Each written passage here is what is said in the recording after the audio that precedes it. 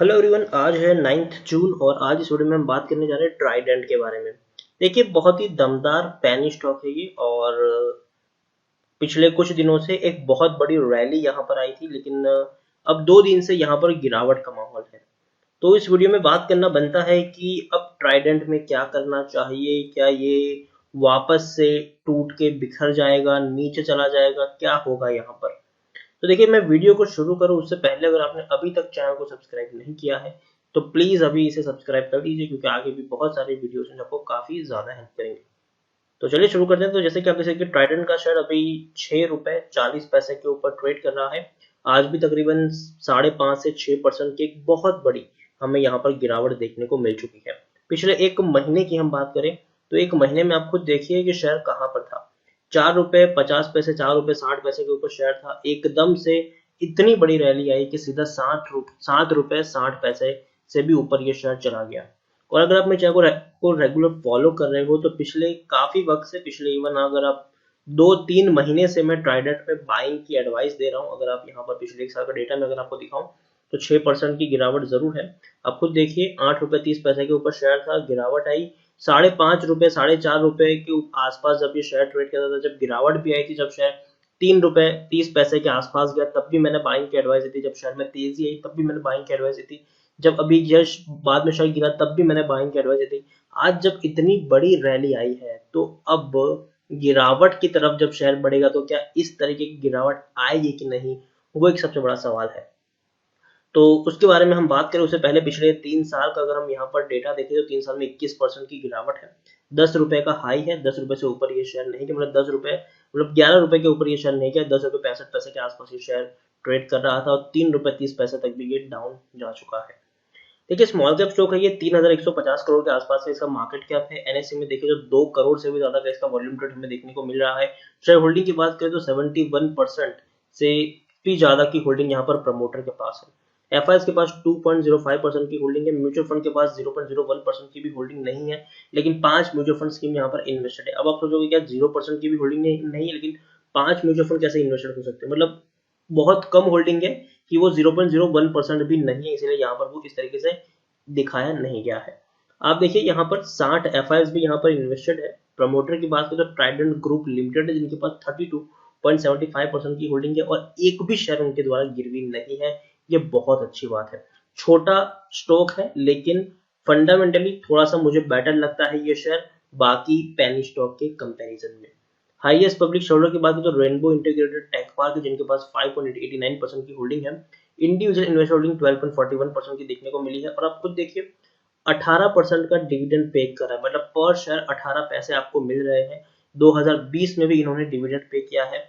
यहाँ पर देखिए, इनका बिजनेस मॉडल आप समझने की कोशिश कीजिए कि बहुत बड़ा इनका बिजनेस भी है। आप देखिए, होम टेक्सटाइल इनकी 5, अगर प्रोडक्ट की बात करें तो 5 है, जिसमें से home textile, yarn, paper, chemical, energy sector में ये लोग काम करते हैं। होम टेक्सटाइल की अगर हम बात करें तो बेड एंड बाथ लिन्स ये लोग बनाते हैं। और जैसे जैसे अभी अनलॉक की तरफ हम लोग आगे बढ़ रहे हैं तो इनकी जो प्रोडक्ट है उनकी डिमांड आने वाले दिनों में और ज्यादा बढ़ेगी। आप खुद देखिए, इसमें कई सारी ब्रांड्स हैं, चाहे हम बात बड़ी की बात करें, होम ट्राइडेंट एवरीडे की बात करें, ट्राइडेंट क्लासिक की बात करें, ट्राइडेंट रेजिना की बात करें, तो कई सारी इनकी प्रोडक्ट है। और क्लाइंट भी अगर आप देखें तो भैया बहुत बड़े और बहुत नामी गिनामी क्लाइंट हैं इनके, जिसमें से हम आईटीसी होटल की बात करें, एच&एम की बात करें, सीकेम की बात करें, और तो और हम अमेजोन की बात करें, वॉलमार्ट की बात करें, या फिर हम और भी कई सारे इनके ताज की बात कर ले, ये सारे इनके क्लाइंट्स हैं। वो भी सिर्फ इनके एक प्रोडक्ट में, एक जो इनका होम टेक्सटाइल का जो बिजनेस है उसमें। यहाँ पर यन की भी बात करें तो उसमें भी इनके जो क्लाइंट है वो एक बड़े नामी गिनामी लोग हैं, जिनके बारे में मैं आपको हर वीडियो में क्यों बताता हूँ कि भैया आप इनके बिजनेस मॉडल को समझिए। यहाँ पर आप खुद देखिए, रेमंड से लेकर अरविंद इनके क्लाइंट है, काफी बड़े नाम माने जाते हैं ये।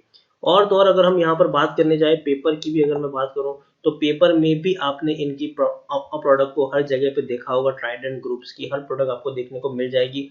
और इनके जो क्लाइंट्स हैं वो भी एक से बढ़कर एक है।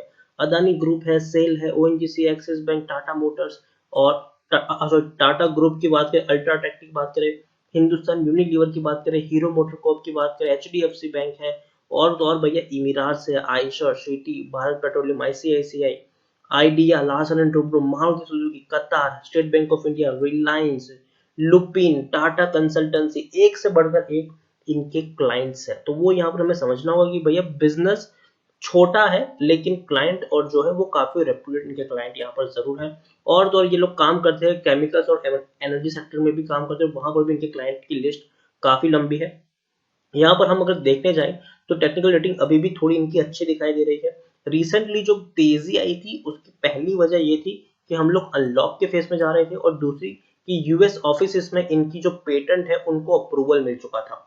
तो वो भी एक वजह थी। यहाँ पर पी देखिए 9.55 का पी है, जबकि इंडस्ट्री पी 8.20 है। तो हालांकि इंडस्ट्री पी से पी इनका ज्यादा जरूर है। बुक वैल्यू 5.82 है और प्राइस टू बुक वैल्यू 1.10 है। ईपीएस 0.67 है और डिलीवरीज तकरीबन 55 के आसपास देखने को मिल रही है।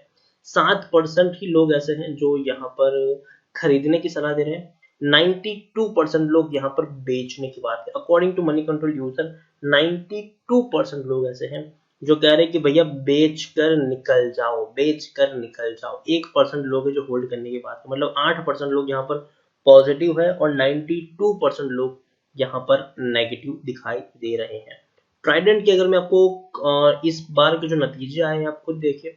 दिसंबर क्वार्टर में भी इनके जो नतीजे हैं वो, सॉरी मार्च क्वार्टर में तकरीबन 40 करोड़ का इनको प्रॉफिट हुआ था, जबकि यही सब नतीजे आपको दिसंबर क्वार्टर में भी थे, तकरीबन 40 करोड़ का प्रॉफिट उस वक्त भी देखने को मिला था।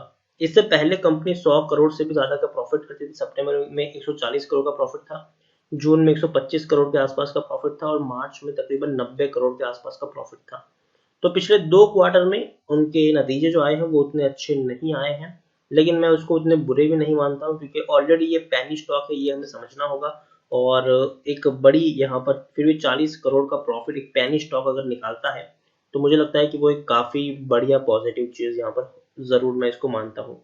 यहाँ पर हम देखें तो प्रमोटर की जो होल्डिंग है वो इंक्रीज हो रही है। 70.77% की जो होल्डिंग थी आज वो 71.06% है। मतलब प्रमोटर जो है वो धीरे धीरे अपनी होल्डिंग को बढ़ा रहे हैं और एक भी शेयर प्रमोटर का गिरवी नहीं है। आप खुद देख लीजिए। यहाँ पर एफआईएस की बात करें तो 1.80% की होल्डिंग आज 2.05% की देखने को मिल रही है। मतलब एफआईएस ने भी धीरे धीरे करके अपनी होल्डिंग को बढ़ाया है। इंश्योरेंस कंपनी ने एक भी शेयर नहीं खरीदा है, कोई इंश्योरेंस कंपनी नहीं है। म्यूचुअल फंड के पास जो पहले 0.14% की होल्डिंग थी आज वो 0% की हो चुकी है। मतलब म्यूचुअल फंड यहाँ से भाग गए हैं, ये हम कह सकते हैं। ओवरऑल ट्राइडेंट एक पेनी स्टॉक है और जैसे कि मैं अपने हर वीडियोस में कहता हूँ कि पेनी स्टॉक एक रिस्क होता है, वो आपको समझना चाहिए। लग गया तो लग गया, नहीं तो वो तुक्का मान के ही आप चलते हो यहाँ पर। लेकिन फिर भी अगर बाकी जितने भी पेनी स्टॉक को अगर मैं कंपेयर करूँ तो उसमें एक ट्राइडेंट ऐसा है जिसमें मुझे थोड़ा सा भरोसा लगता है कि नहीं, फंडामेंटली ये शेयर थोड़ा सा स्ट्रांग है बाकी पेनी स्टॉक की कंपैरिजन में। बाकी पेनी स्टॉक के कंपैरिजन में ट्राइडेंट का शेयर मुझे फंडामेंटली स्ट्रांग लगता है। तो इसीलिए मैं आपको बाइंग की एडवाइस भी हमेशा ट्राइडेंट में देता रहता हूँ कि आप चाहे तो खरीदारी कर सकते हैं। लेकिन अभी डाउन ट्रेड आया है, आप खुद देखिए पिछले कुछ दिनों से, यहाँ पर पिछले 3 दिन से ये गिरावट चल रही है, डाउन ट्रेड आया है और काफी बड़ी गिरावट यहाँ पर देखने को मिल जा चुकी है। आपको देखिए पेनी स्टॉक 3 दिन में कम से कम ₹1.20 तक टूट चुका है। तो ये वाकई में हम डाउन ट्रेड हम कह सकते हैं। तो ऐसा नहीं कि ये गिरावट यहाँ पर थम जाएगी, हो सकता है कि शायद 1-2 दिन में और गिरावट आ जाए। लेकिन हाँ, पेनी स्टॉक में आपका नजरिया कभी भी शॉर्ट टर्म का नहीं होना चाहिए। पहली चीज जो मैं अपने हर वीडियोस में कहता हूँ, पेनी स्टॉक वो स्टॉक होता है जिस पर आप एक जुआ खेलते हो कि भैया मैं यहाँ पर 100 शेयर खरीद लेता हूँ, अब मैं इसको 5 साल के लिए भूल जाऊंगा, मिला तो मिला नहीं तो नहीं मिला। और इसीलिए मैं पेनी स्टॉक में मैं कभी भी नहीं कहता हूँ कि आप यहाँ पर 2000 क्वांटिटी खरीदो, 3000 क्वांटिटी खरीदो, 4000 क्वांटिटी खरीदो। जी नहीं, मैंने हमेशा कहा है कि पेनी स्टॉक में आप बहुत मिनिमम इन्वेस्टमेंट रखें। अगर आप खरीदारी कर भी रहे हो तो आप 50 शेयर है, 100 शेयर है, 200 शेयर है, 300 शेयर है, 400 शेयर है, वहीं तक आप अपनी लिमिट को बांध के रखें। उससे ज्यादा आपको जाने की जरूरत नहीं है। और पेनी स्टॉक एक ऐसा स्टॉक होता है जो लंबे समय तक आपका पैसा वहां पर इन्वेस्टेड रहता है और अगर आपको 5 साल बाद आपको रिटर्न मिलता है तो अच्छा खासा मिलता है, नहीं तो स्टॉक 5 साल बाद आपको वहीं पर देखने को मिल जाता है। ट्राइडेंट मुझे लगता है कि जिन्होंने खरीदा है वो, और उनका नजरिया जैसे कि मैंने कहा कि लंबी दूरी का होना चाहिए। पेनी स्टॉक में नजरिया आपका लंबी दूरी का होना चाहिए। ऐसा नहीं कि मैंने आज पेनी स्टॉक में पैसा डाला और मुझे 1 महीने में इसका रिटर्न चाहिए, और मुझे 2 महीने में चाहिए, ऐसा नहीं होता। पेनी स्टॉक में वो चीज कभी नहीं होती। तो आपका नजरिया लंबी टाइम का होना चाहिए, कम से कम 3 साल 5 साल का आपका नजरिया होना चाहिए। तो और उस वक्त यह है कि आप डाल के वहां पर आप भूल जाओ उसको, ठीक है, भूल जाओ आप डाल के उसको, बाद में आप देखते रहो, हाँ, लेकिन बीच में आप चेक करते रहो कि भैया क्या है, क्या हो रहा है, क्या नहीं हो रहा है। लेकिन पैनिक में आकर या एक्साइटमेंट में आकर ज्यादा क्वांटिटी लगा देना या कम क्वांटिटी यहाँ पर बेच देना, वो यहाँ पर हमें नहीं करना चाहिए। ट्राइडेंट में मैं एक ही सलाह दूंगा, अगर आपने खरीदा है, आपका लंबी दूरी का नजरिया है, आप अभी भी यहाँ पर बने रह सकते हो। पैनिक में आकर बेचने की जरूरत नहीं है, पैनिक में आकर बेचने की जरूरत नहीं है। जो लोग फ्रेश बाइंग करना चाहते हैं वो लोग भी अभी भी खरीदारी कर सकते हैं, अभी भी खरीदारी कर सकते हैं। बस शर्त सिर्फ इतनी है कि अपनी क्वांटिटी को कम रखो। अगर आपको यहाँ पर 400 शेयर, मैं खुद ट्राइडेंट में मैंने शेयर खरीदे हैं। मैंने ₹3.5 के लेवल पर 100 शेयर खरीदे थे, फिर ₹4.5 के लेवल पर 100 शेयर खरीदे थे, और फिर मेरी कुल अगर एवरेज प्राइस अगर मैं आपको बताऊं तो वो कम से कम ₹4.80 के आसपास है मेरी एवरेज प्राइस, और मैंने सिर्फ 500 शेयर खरीदे हैं, और मैं उससे ज्यादा नहीं खरीदने वाला हूँ, उससे ज्यादा अब मैं नहीं खरीदने वाला हूँ। तो एक आप लिमिट बांध के रखो कि मुझे यहाँ पर 400 शेयर खरीदने, 500 खरीदने हैं, और मैं उसको भी आप SIP मोड में ही खरीदो। पहले 100 शेयर आप अभी खरीदो, फिर वेट करो, अगर शेयर वापस से ₹5, ₹5.5 पर जाता है तो और 100 शेयर खरीद लीजिए। बाद में थोड़ा सा आप यहाँ पर वेट कर सकते हो, अगर गिरावट आती है तो आप थोड़े और शेयर खरीदो, बाद में वेट करो, अगर वापस से शेयर में आपको तेजी दिखाई देती है तो थोड़ी और 100 शेयर आप खरीद लीजिए। उसके बाद ज्यादा लालच नहीं करनी चाहिए, यहाँ पर छोटी क्वांटिटी को यहाँ पर रखो, और एक छोटी क्वांटिटी को रखकर एक लंबी दूरी का यहाँ पर प्लान लेकर चलेंगे तो जरूर आपको फायदा होगा। शॉर्ट टर्म का गेम कभी भी पेनी स्टॉक में नहीं खेला जाता, ये फैक्ट बात है। तो इसी के साथ वीडियो को एंड करूंगा। अगर आपको वीडियो पसंद आया हो तो प्लीज इसे लाइक करो, शेयर करो, चैनल पर पहली बार तो प्लीज सब्सक्राइब करो। ट्राइडेंट के बारे में आप क्या सोचते हैं वो भी आप मुझे कमेंट में लिखकर बता सकते हैं। Thank you.